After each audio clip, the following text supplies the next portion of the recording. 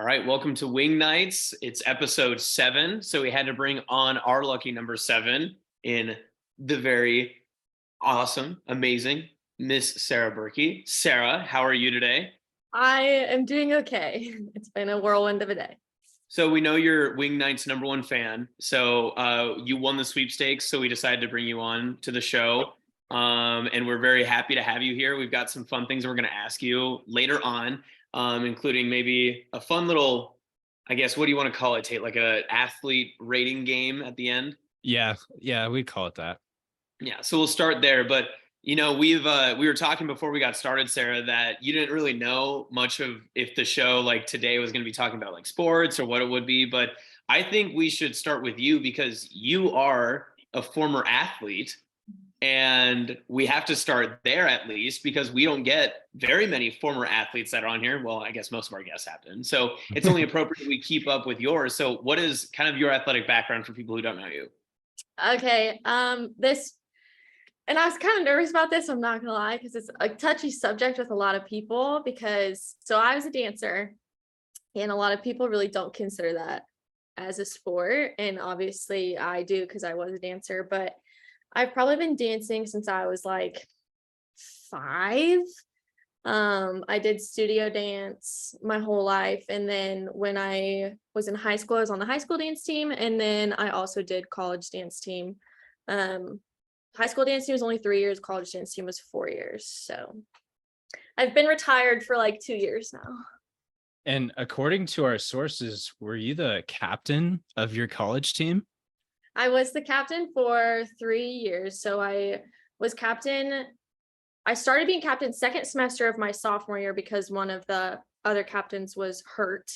And so coach asked me to step up and kind of be one of the other captains second half of my sophomore year. And then I was captain all of junior year and all of senior year. So I want to change the narrative here. This show is going to change the tide on people believing that you were an athlete and that dancers and all that, that kind of the niche sports that people don't think are necessarily athletes, we can convince them. So I guess the first question I have to start is, everyone thinks of athletics, it comes to practices and time you put in. And I think that the UNK dance team, the one that you were a part of, does such a good job now, like showcasing the behind the scenes and how many hours you put in. I had a little bit of a perspective on that because I would see you when I would work at the campus rec.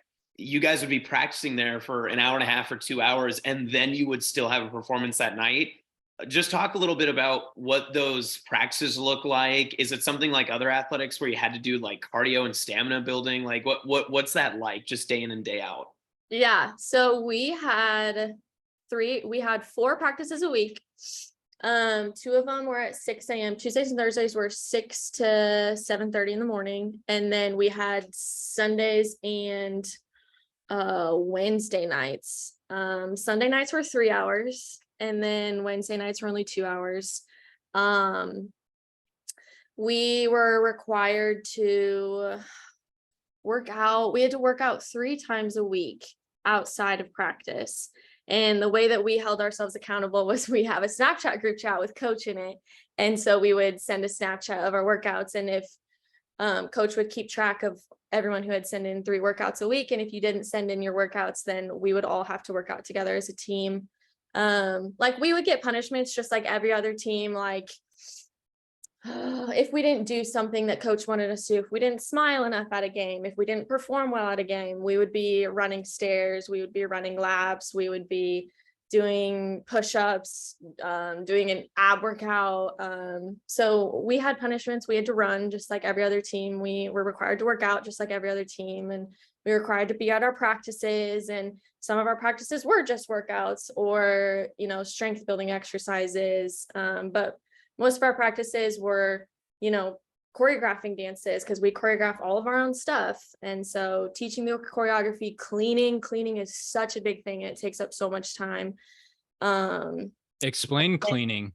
Oh, yeah. So cleaning is just, so you teach a dance and then after you've taught the dance, you go through and you clean the dance pretty much like 8 count by 8 count. So like section by section, to make sure like, is our hand here? Or is our hand here? Or, Is it in blades or is it spread apart? Like every single minute detail, like where's your toe pointing? Like you have to go through and make sure every single person looks the same and is doing the same thing. So cleaning really takes up a lot of our time because we want our routines to look uniform and we want them to look good. And then even if coach didn't think a routine was up to par, we were practicing before games. We would meet 3 hours before the game and have a full-on practice before going and performing for 4 hours, so I have so many questions that are just building up. I guess so. First, I want to ask you just more of a personal one. When you first started getting into dance, was it something that you were passionate about, that you were good at? Was it maybe a mix of the two? Did you have like a music background that kind of led you into it? Because you talk about like 8 counts and some of the different, just like minute details. How much of that was set in early that then you continued on once you went through college? That's actually a really good question because I actually like started dance and then I actually quit because I hated it and I was terrible. Like I was so bad. And so what age was that at? Oh God, I was really little. I think I only danced for like 1 or 2 years and then I took a lot of elementary school off and then I didn't start again until middle school. So taking all those years off, I don't know how many years I took off, maybe 3 or 4, but taking those years off and starting again in middle school, I was way behind the other girls that had been continuing. And so I had a lot of catching up to do. And this one memory really sticks out to me. Even in high school, I wasn't as good as the other girls. My coach, granted, she was not the best coach in high school, but she told my mom that I was the worst one on the team and that I really had to step up my game if I wanted to make it back on the team the next year. And so I did, and I made it back on the team, and I was just kind of like, like, shows you. And then by senior year, I was probably one of the top girls on the team. And then college, I would say I was one of the better. I mean, all of us were good in our own ways, but it was definitely, I definitely was not something that I started out and was really good at. It's something I had to work really hard for, but definitely I do have a musical background, so that definitely helps. I think a lot with choreography. I mean, my music background is extensive, but I've basically been playing an instrument since I was in 5th grade. My mom taught me piano lessons when I was in 3rd grade. I've been in choir my whole life. Like my whole family sings, my whole family can play an instrument. Like we're like what's that? The Von Trapp family. Have you guys ever seen Sound of Music? Yes. No. Yeah. That's my family. Music. Tate, come on. It's a good movie. You need to watch it. But yeah, so I think having musical background really helps me because it, while maybe my technique wasn't as good as the other girls, I could hear the music and kind of flow with it. And I think one of my strengths is choreography because I really can hear like the little beats in the music and like I can really choreograph a bunch of different parts and make them all look good together because they all go with the music. And yeah, so I'd say that helps. I have a question. Go ahead, Tate. No, you got it. So with other sports, I would say better known sports, you get like common injuries. So for like baseball, you can talk about like pitchers always having like elbow injuries. Football, you always talk about like ACL tears. What are some like injuries or maybe like what is hard about dance on your body? Like, is there anything that like dancers usually have? Yes. A big one for dancers is our hips because we're always like stretching and doing the splits and doing crazy leg extensions and it's really hard on your hips. So I know a bunch of dancers that have really bad hip problems. Knees sometimes because you're moving around and bending a lot. And then we did have one back injury because like a lot of the stuff you have to have a really flexible back to do certain jumps and to move your body certain ways. But the number one thing I would say is hips. Okay. And then we talked already about how much time you guys spent. Obviously, there's a physical toll on your body. Were a lot of you on scholarships, like football players or softball players, or was it kind of how did that go about? So that's the funny thing. We get $100 a semester. Woo! Woohoo! For all the time and everything that we put in, we got $100. So That's like cents on the dollar. I mean, that's per hour. You're making so little. I mean, you said like, if I can do quick math in my head, like at minimum, no performances, just practice. You're putting in at least like 12 hours a week. And then you put in a performance at a football game, or if there are multiple basketball games or other events that you're expected to be at. I mean, that adds up pretty quickly. And I mean, did you ever feel that just like mental toll where you're like, why am I even doing this? Like this isn't really getting me anywhere and I'm not getting really anything out of it? Or is that easy to convince yourself because it was just a passion? I think I had a mental toll all the time because when you're in college, college is a lot harder than high school. Like we all know that. And so the classes get harder and some people are moving away from home and it's just like a big life change. And then to also be doing a sport on top of it, I kind of go 50-50 because I love dance and I like you meet amazing girls and you do amazing things. And obviously I have a passion for it, but then also it's like, I'm sacrificing my time, my mental health, because it is mentally draining. Especially when you're captain, you have so many other responsibilities on top of just being a part of the team. And it is so time consuming. Like, so it was definitely like, why am I doing this? Like I actually tried to quit my sophomore year of college. I told my coach that I was done. I needed to work more. I didn't have any money. I didn't have time to work because of dance team. And my college coach was so amazing. She called me. I called her. I was like, can we talk about this? Like, we had so many conversations about it. And she was like, I will work with you. I will do whatever you need. You can miss practices. You can, if you need to miss a performance, you can miss a performance. Like, I want you on this team. Like, she was just amazing. And so she worked with me and I stuck it out. And I'm actually really glad that I did. So kind of continuing on that thought of how we're going to break that stigma that dance is definitely a sport. I think you're convincing us in different ways, just the injuries, the persistence, the time commitment, all that sort of stuff. I guess one question that I had is when we think of sports, it usually comes down to like overall teams, right? Like we think about football teams, basketball teams, they have different pieces, different players that work in different parts. Not every single player is the same, all that stuff, right? When it comes to the dance team, does everyone need to be uniform? Do they need to all look the same and do the same thing? Or do you have specific people who do specific things for your team? That's a good question. I would say a big part of it is looking uniform, like when we're doing sidelines. So sidelines are like when we're standing on the side of the football field or on the side of the basketball court, and we have like little mini routines that we do while the band plays. And that's another part you have to memorize. I think we have like 15 sidelines. You have to memorize all of them because when we call them out, we'll be like, okay, we're doing Kelly. And then you have 5, 6, 7, 8, and then you have to start doing Kelly. And so you have to have those sidelines like down pat.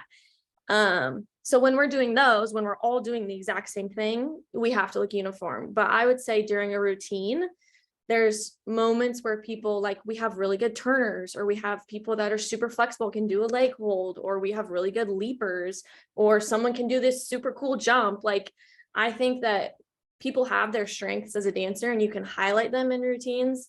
But then there's also part of routines where if we're all doing the exact same moves, we all need to look the same. So I would say maybe 70-30, 70% uniform, 30% individual.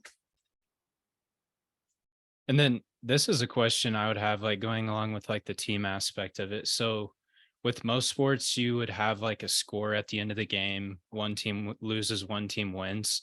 Mm-hmm. How is dancing scored, if it is scored at all? Or how, I mean, you talked about earlier, your coach is saying like, you need to do better. What are some things that like are scored in dancing or that are judged? So our team never personally like went to nationals or anything like that, but a lot of like D1 schools, so their dance team will go to nationals, like UDA. I don't know if you guys have heard of that. Even high school teams do that. And like even in high school, we went to state.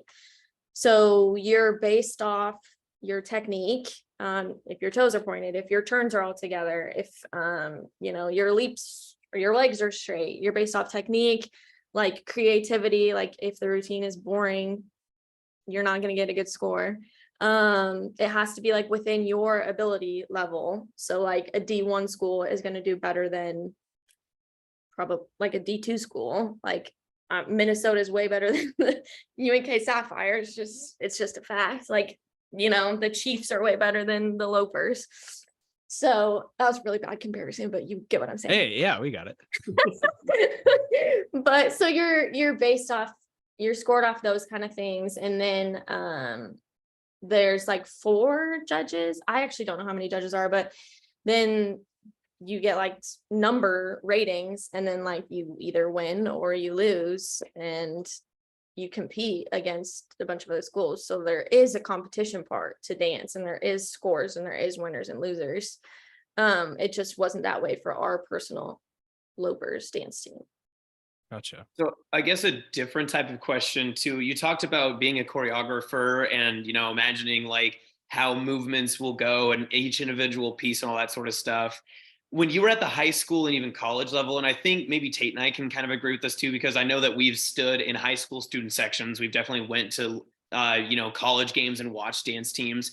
I think there's always a thought that considering most of these dance teams are mainly female, there's always like a choreography aspect where it feels like it's supposed to be like seductive almost. And there's always like kind of that thought to it. Is that true? Or is that just like dudes thinking that, like just seeing girls like in tight tops and that sort of like, does that make sense? What I'm kind of asking, like, do you feel that as a choreographer that you have to, we need to put this move in because that'll get the crowd all riled up? Or is it not really that thought process at all? That's actually a really good question, because that is something that we really struggle with as a dance team.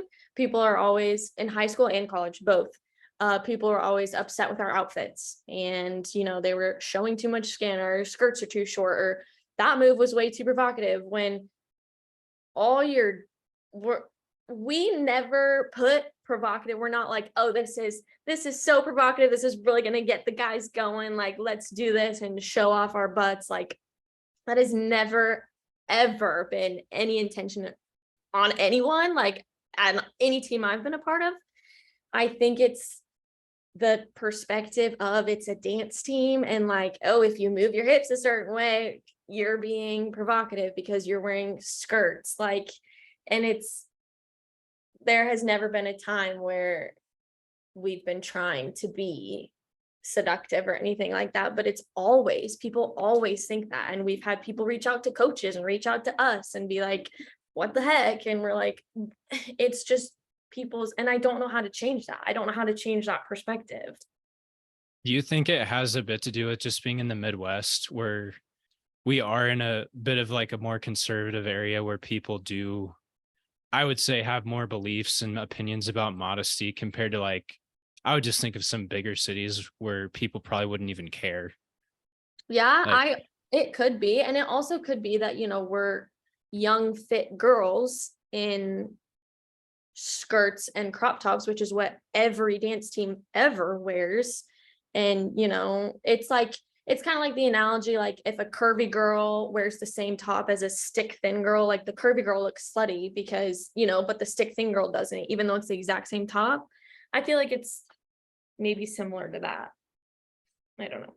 In kind of a different turn here too, just kind of sticking with that choreography thought, you didn't compete, but you definitely went to other places and saw other teams, style of dance. And especially being at Kearney High, you would go to Lincoln or some of the Omaha schools. And I'm sure there were some districts or whatever that you'd be invited to where you'd perform at half times and stuff there.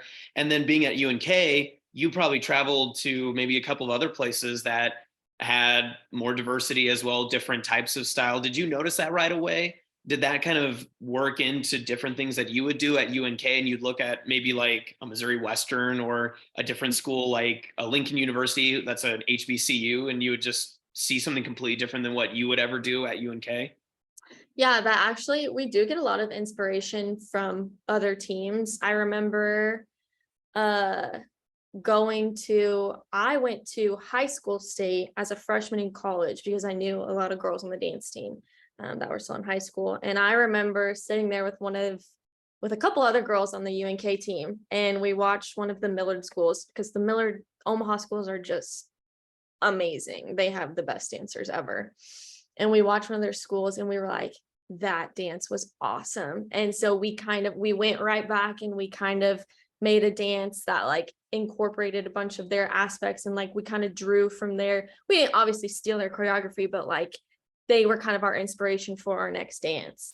And like going when like the basketball teams would make it to the MIAA tournament in Kansas City, we would go and see a bunch of other dance teams, and like we saw a dance team performing hip hop in a crop top and leggings, and we were like, that's crazy, let's do that. So we did that like the next year. Like we started performing hip hop in our crop top and leggings, because previously we had always done it in like a t-shirt and like joggers. So we definitely draw a lot of inspiration from other dancers for sure. And speaking of other dancers, so on TikTok, there's obviously a lot of people dancing and whatnot. Are any of those like famous TikTok dancers any good? Like your Addison Rae, Charlie D'Amelio, or I guess what are your thoughts on TikTok dances? She's TikTok famous herself. Haven't you seen her TikTok? I don't have TikTok. We are not. That's so Drop the TikTok right now, Sarah. Absolutely not. I'm deleting it after this. Go follow Sarah on TikTok. No, you'll never find me. It's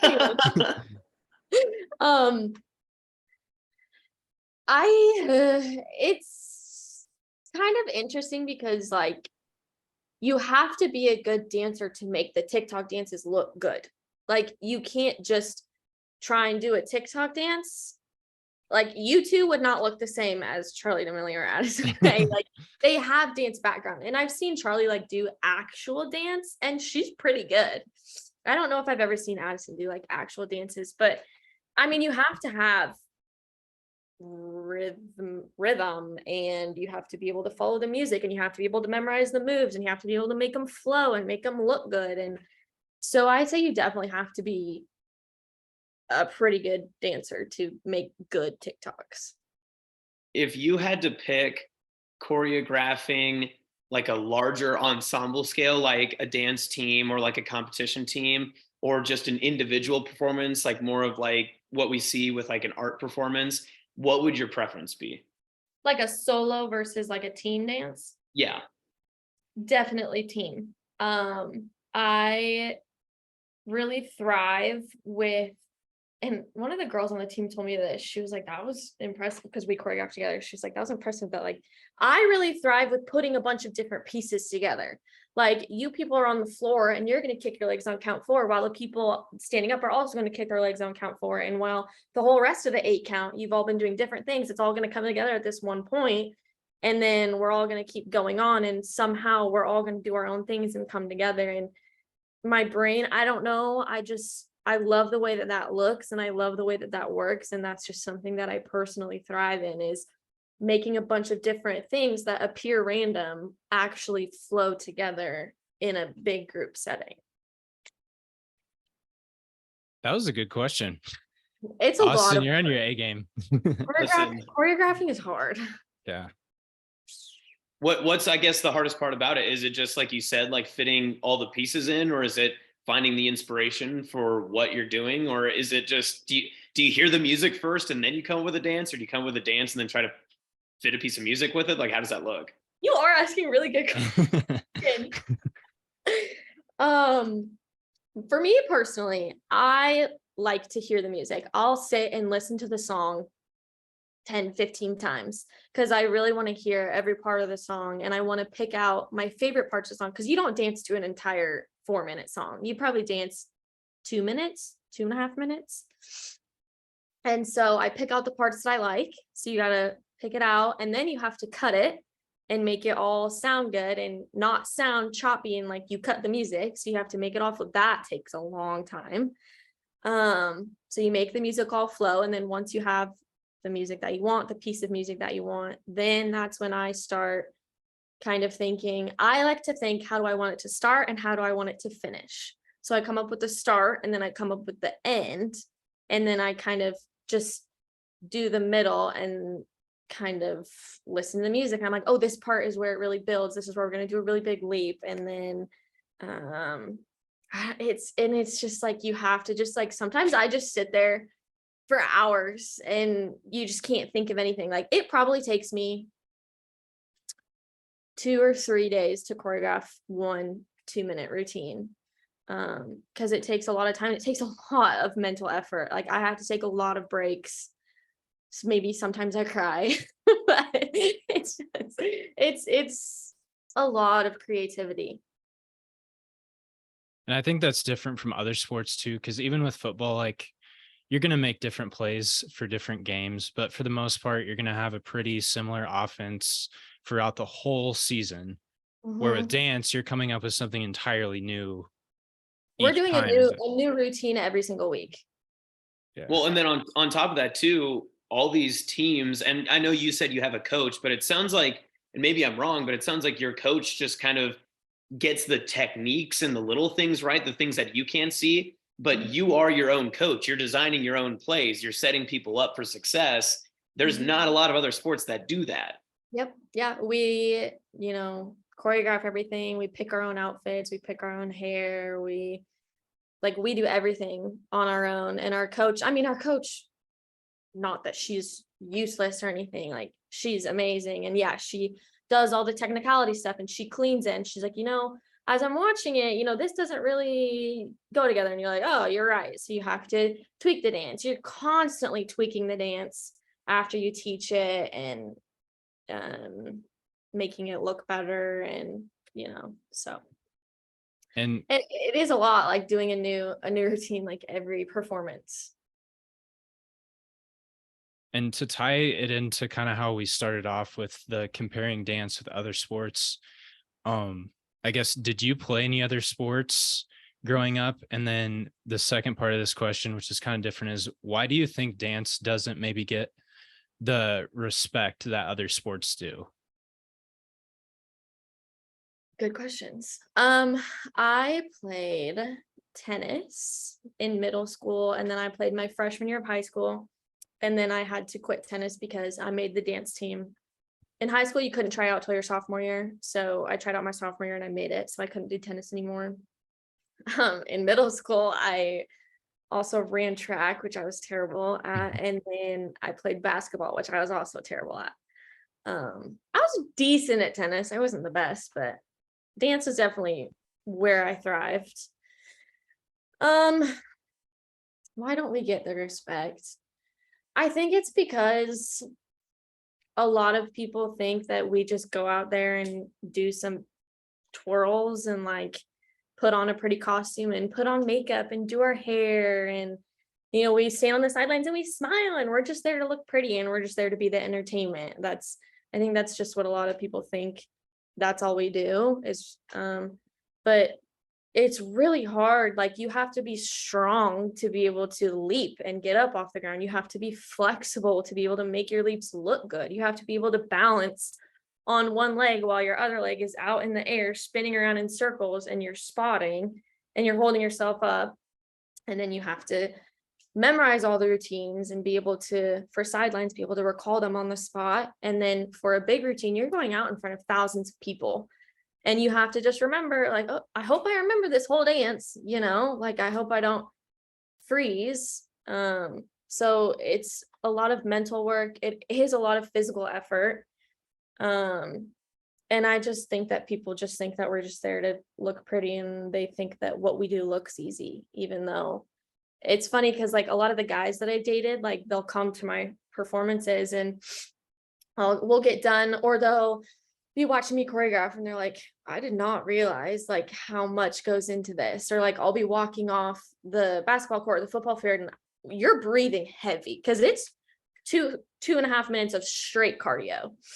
And I'm like, can't catch my breath. And they're like, I did not realize like how physically draining this was and like how much actually goes into it. So I feel like it's something that you don't realize until you actually get to know a dancer really well and get to know like these questions that you guys are like asking. So I think that's a good point. Yeah, go ahead, Tate. No, go ahead. Well, I think it's a good point of like people don't realize, probably because they don't know a dancer or they haven't danced themselves, it's kind of like in college, like I saw this a lot of some students who would take classes that other students didn't. They would assume, oh, those other programs are just so easy, they never had to go through this. But then if they actually had to take those other classes, they'd be like, oh, this is actually kind of hard too.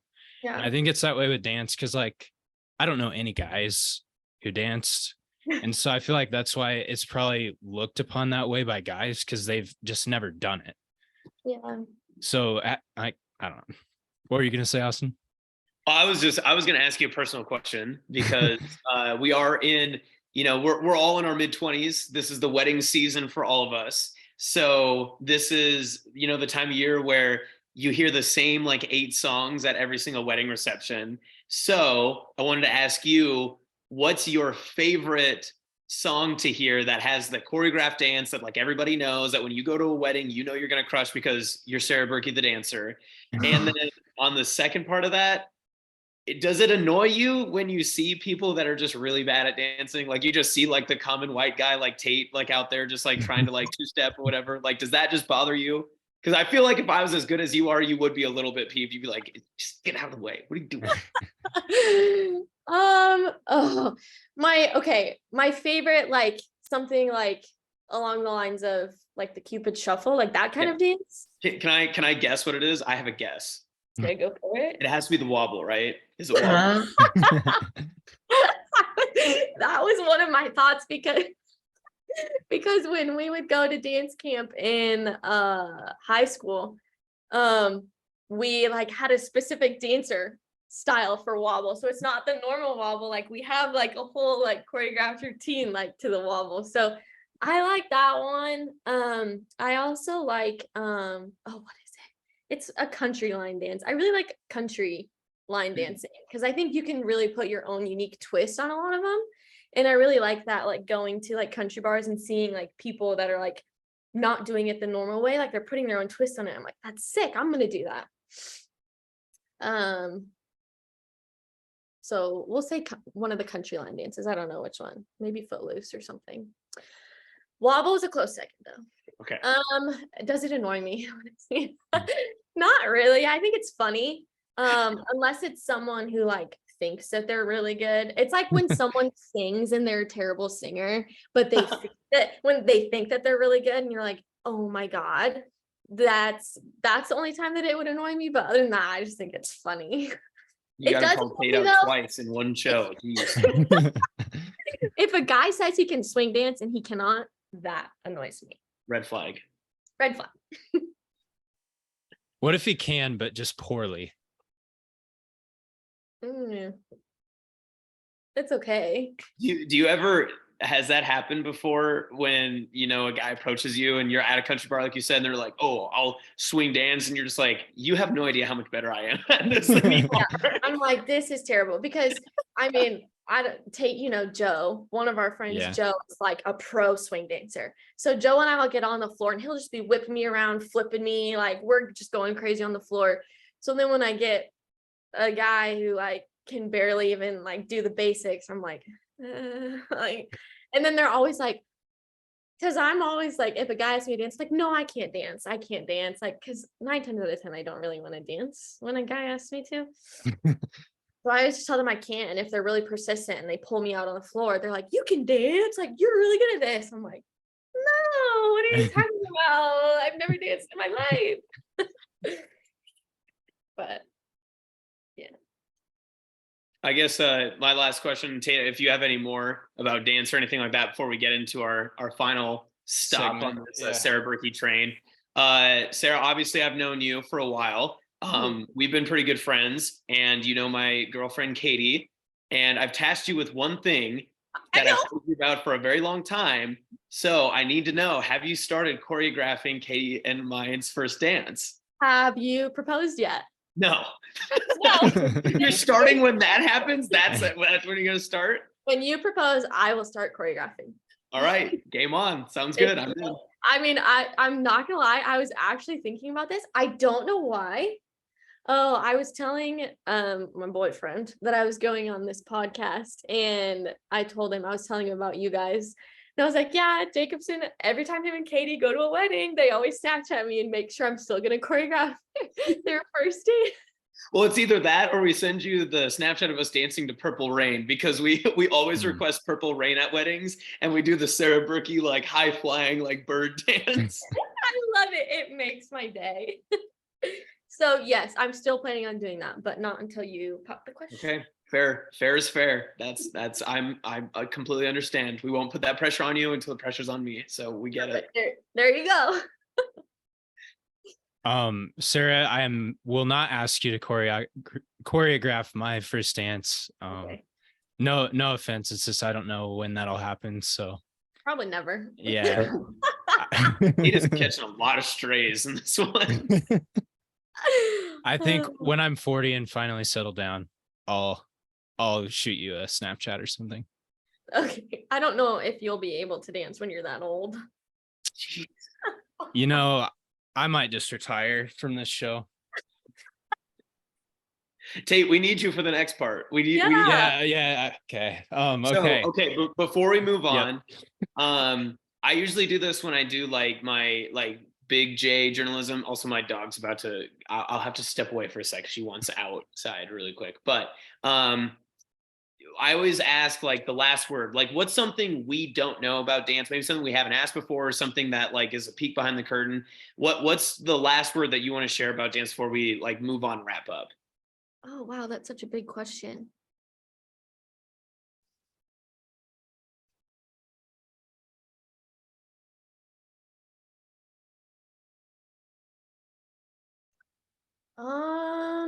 Wow.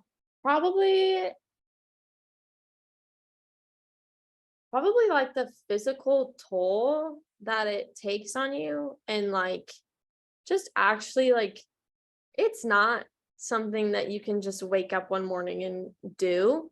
Like when I was in studio dance, I was at the studio every single night, and from like right after school until like 10 o'clock at night. Like my sister brought up one time, she was like, I wouldn't see you in like when we lived at home together for like days, because I was always gone, always at dance. Like, and like the amount of time that you have to put in outside of dance, like with either choreographing or stretching or working to improve your skills, like it's the same as any other sport. And I just wish that more people knew like the toll that it actually takes on you, and like the work that it actually takes, to put in. And like we just get disregarded and thrown to the side. And like if we have a space reserved, well, the football team's coming in, they get it because they're the football team. Like,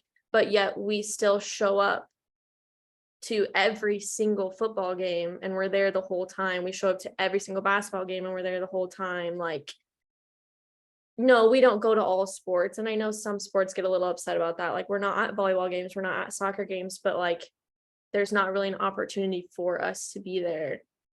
So I think just the amount of time that it takes, and I think that we've done a good job covering that, but I just wish that we didn't get just tossed aside and disregarded as easily as we do. And I don't really know how to change that. So. Well, I think what we're doing right now is the way to change that. So Thanks. I don't know. For our 40 viewers. Woohoo! Spread the word. Stay at halftime. Yeah. Don't buy a hot dog. Yeah. Yes, actually, and that's what's so sad is we put our everything on the line for halftime. That's what we've been working for weeks, and everyone just gets up and leaves. Like, it's just so disappointing when people cheer. No one cheers, and it is the most awkward thing to be performing to silence. It is so awkward, and it just hypes us up so much when people cheer. That's why we love when the fraternities and sororities, we perform for the fraternities and sororities what's it called? It's during homecoming week. And they always cheer so loud. And I swear those are the best performances we ever do because we're getting so much hype from the crowd. So that is such a big deal for us, is loud crowds. So do we cheer during the dance or at the end? Is that okay? During the whole time. Okay. Anytime you see something, you're like, oh, that was cool. Woo! Can do. We got that from here on out. Thanks. Tate and I will be the pioneers. We'll go to every single high school gym. We will watch all dance performances all the time. Perfect. That's all you need to do. Oh yeah. I can't promise that I will do that, but at any game that I do go to, I will make sure to stay during halftime. You have my word. Thank you. That's such a big deal to us. I'll get concessions during like between the first and second quarter or something. There you go. There you go. But all right, so Tate, you ready? Yeah, so the next segment we have is I'm nervous. so on this show we've talked about how cute professional athletes are from time to time, and given that the NBA finals just wrapped up, I've made a presentation of around 20 NBA players, so we're going to have Sarah rate them on a scale of 1 to 10. And yeah, so then because we just need a better female perspective on this topic, I think. Okay, I have a question. Okay, what? Yes. Am I rating them like if I just saw them on the street? Oh my God.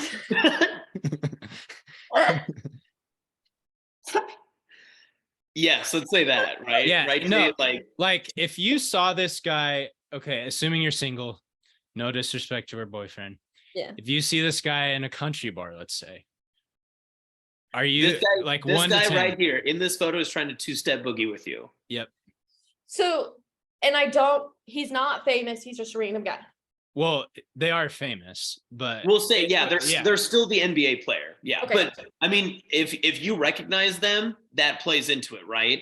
But Yes. if you don't know who this is, then that's part of it as well. yeah. Right. So just go how you would see them. Like if you don't know this guy's famous, then just go off what 1 to 10. 3. He also doesn't have a gun. We'll add that. What? Ja Morant, he has been in trouble like 3 times this season for pulling guns. Oh. Yeah. He will But not this is put you him. on Instagram Live. Yes. Okay, I'm going with 3. Okay. 3. Ja Morant is a 3. Tough. Austin, what do you think? I mean, now that I've like been looking at him a little more, yeah, he's a little grizzly. It's not great, but yeah. I mean, I have to agree with Sarah. You have to go 3. She's the expert. Okay. Hmm. This is Zion Williamson.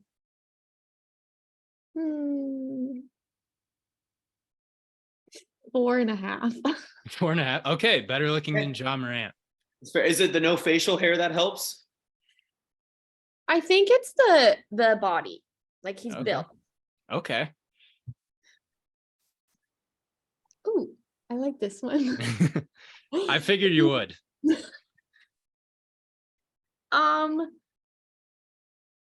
8. Okay. What Our if he knows highest how to rating swing so- dance? If he knows how to swing dance, 10. Okay. Random story about this guy, Jason Tatum. So he made a YouTube video when he was like in 7th grade, how to tie a tie.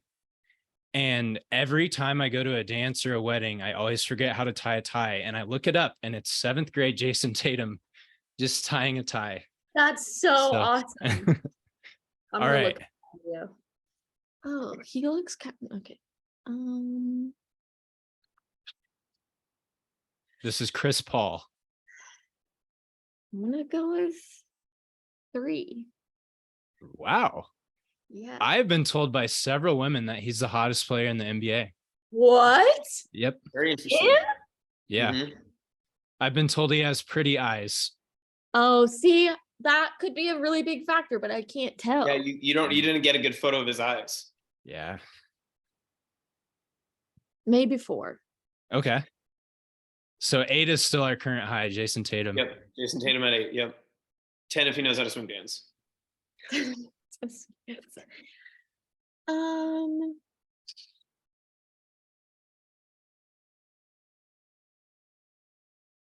4. What if I told you he only dunks? So 4. I don't think sometimes dunking is annoying. Okay, the next guy was the NBA Finals MVP this year, just so you know. Oh. Oh, I've seen him. Nikola Jokic.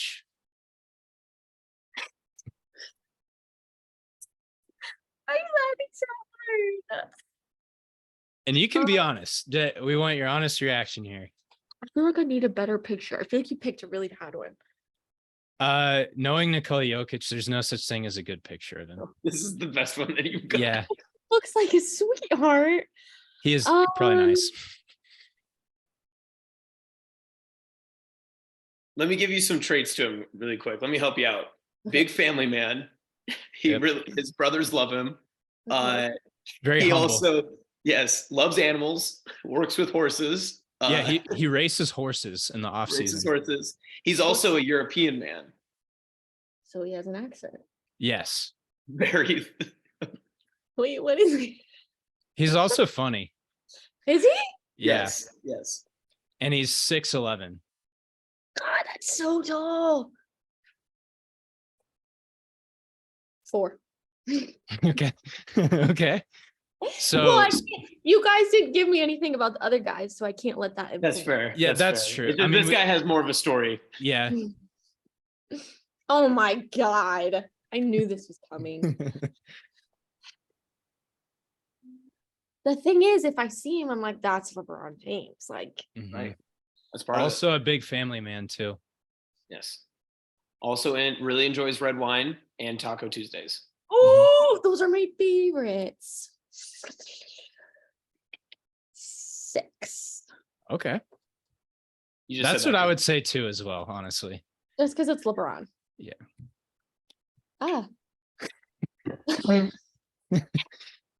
This is Kendrick Perkins. He was a terrible NBA player and an even worse commentator. This is my one inclusion. He texted me before. He was like, "Who do you want on here?" 2. Okay. Good job, Jacob. This is Giannis Antetokounmpo, also a family man. He comments on every single one of his wife's posts, probably like 25 times, saying like, "So sexy, when are you going to be home?" Or like, "Come back to bed." Also European. Yes, very thick accent. Yes, very Greek. 9. Oh, okay. It's Giannis. And it's Antetokounmpo, in case you're curious. Yep. Come on, Tate. Austin, what do you think? Is he the best looking guy on the list so far? Between him and Jason Tatum, like, I don't know. It's just, the thing is like, this photo showcases like Giannis now. Like, Sarah, I feel like you would actually rate him higher if you saw Giannis when he first got in the league. He was big, scrawny boy, had no muscle. This is him not even in like prime form. Like, he still has like, yeah, he's got a lot of muscle to him. Yep. I like muscle. I love him. Steph Curry. 7.5. Okay. I think, would you rather have young Steph Curry or Steph Curry in that photo? Young. Yeah. The next guy, Josh thinks is the hottest player in the NBA. Kelly Oubre. I like his smile. He looks so happy. He'd be happier if you gave him like a 9, probably. Probably.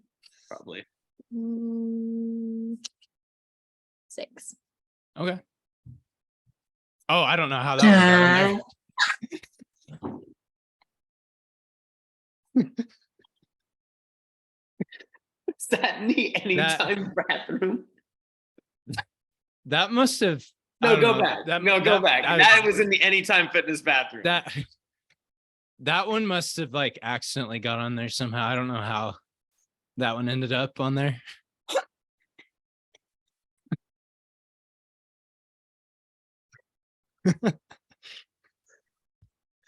What would you rate that last one? Okay. I'm giving it a 1 10 point. out of 10. Oh my God, that was funny.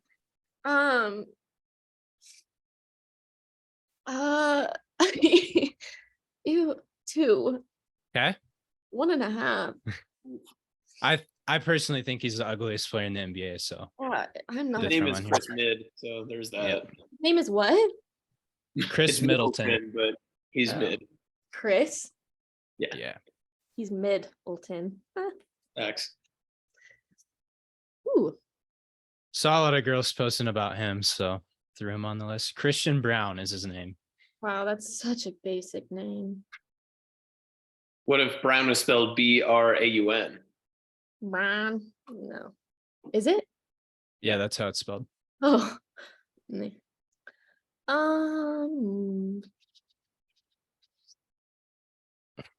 What's my highest rating so far? 9? Yeah. 9. I'm gonna go another 9. Okay. Oh. He also is tall, has brown hair, pretty athletic. Probably remind you of anyone else on this list? His teammate, Nikola Jokic. Steph Curry. Ooh. This guy, if you know who the Cavender twins are, they are very into him. And the, let's say, adult film star Lana Rhoades actually has a kid with this guy, Bruce Brown.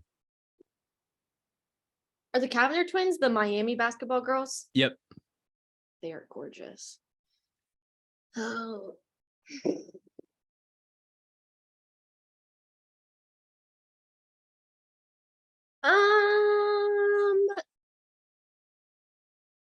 8.5. Oh, okay. The Miami Heat star Jimmy Butler. The stare. 5.5. Okay. He's taking that as a slight for sure. He has crazy eyes. God, I can just tell I don't like him. 4. Just imagine him staring you down like across the bar. Like I can literally, he's probably like the kind of guy that like will come up to you and be like, you know, one of those annoying guys that won't leave you alone at the bar. Yeah. That's what he looks like. Happens to us all the time. Ugh. It's so funny. It's annoying. You have any more, Tate? Yeah. What did you give him on a scale of 1 to 10? 4. 4. Oh, I know him. Without the unibrow, give us the rating with and without. His unibrow is so bad.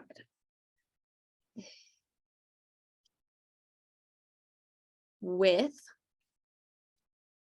3. Without 4.5. Okay. Nice. Okay. I like to watch him play. Kyle Kuzma. Have you guys ever seen the show Good Girls? No. He looks a lot like one of the actors, and I really like the actor. So I'm gonna go. It does help him. I'm gonna go with 7. Okay. And that is all. So as a consensus, we can say that Giannis Antetokounmpo and Christian Brown are the hottest players in the NBA. Well, Jason Tatum. Yeah. I thought she gave him an 8. Oh, did you give him an 8 or 9? I can't remember. I think I gave. No, you said 10 if he knew how to swing dance, but 8 Yeah. overall. You're right. So 8.5. Nice job. Wouldn't that be 9? That was fun. Yeah. We should do NFL next. Okay. Oof. Next time we have you helmets on, we'll have you on during the NFL season, and then we'll have you rate NFL players. Make sure Jalen Hurts is on there. Okay, I'll make sure he is. Is Jalen Hurts that hot? Because that's when it was Super Bowl week. That was the only. It's like every single person started to find out how hot he was. Yeah. Mm. That's true. Like no one really knew until it was Super Bowl. Yeah, because we would go to our sports bar to get no free shout outs, of course. We'd go to our sports bar for wing night on Mondays, and that's what our servers would tell us too. So I remember that little short span there that they were telling us about. Well, I like Patrick Mahomes, but I mean, have you seen Jalen Hurts? He's gorgeous. What are your thoughts on Mahomes? He's not bad, but Jalen's better, but Mahomes is pretty attractive. I call him Daddy Patty. I'm sure he appreciates that. I bet he does. Well, I think that's all the questions I have. Tate, do you need anything else from our lovely Sarah Berke? I do not. So Sarah, thank you for coming on. This was really fun. Thank you. I learned a lot too. I don't know about you, Austin.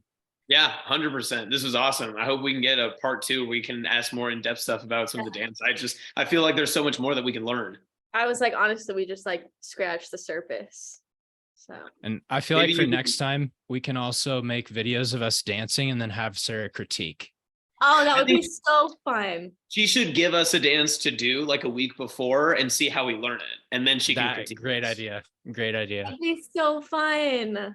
Just not the TikTok dances. I'm very bad at the TikTok dances. Yep. We'll do more intricate than TikTok dances. Okay, wonderful. That's even more terrifying. All right. All right. Well, Sarah, thanks for being here. We appreciate it. Shout out Seth Denny, and we'll see you again next time for Wing Nights. Thank you.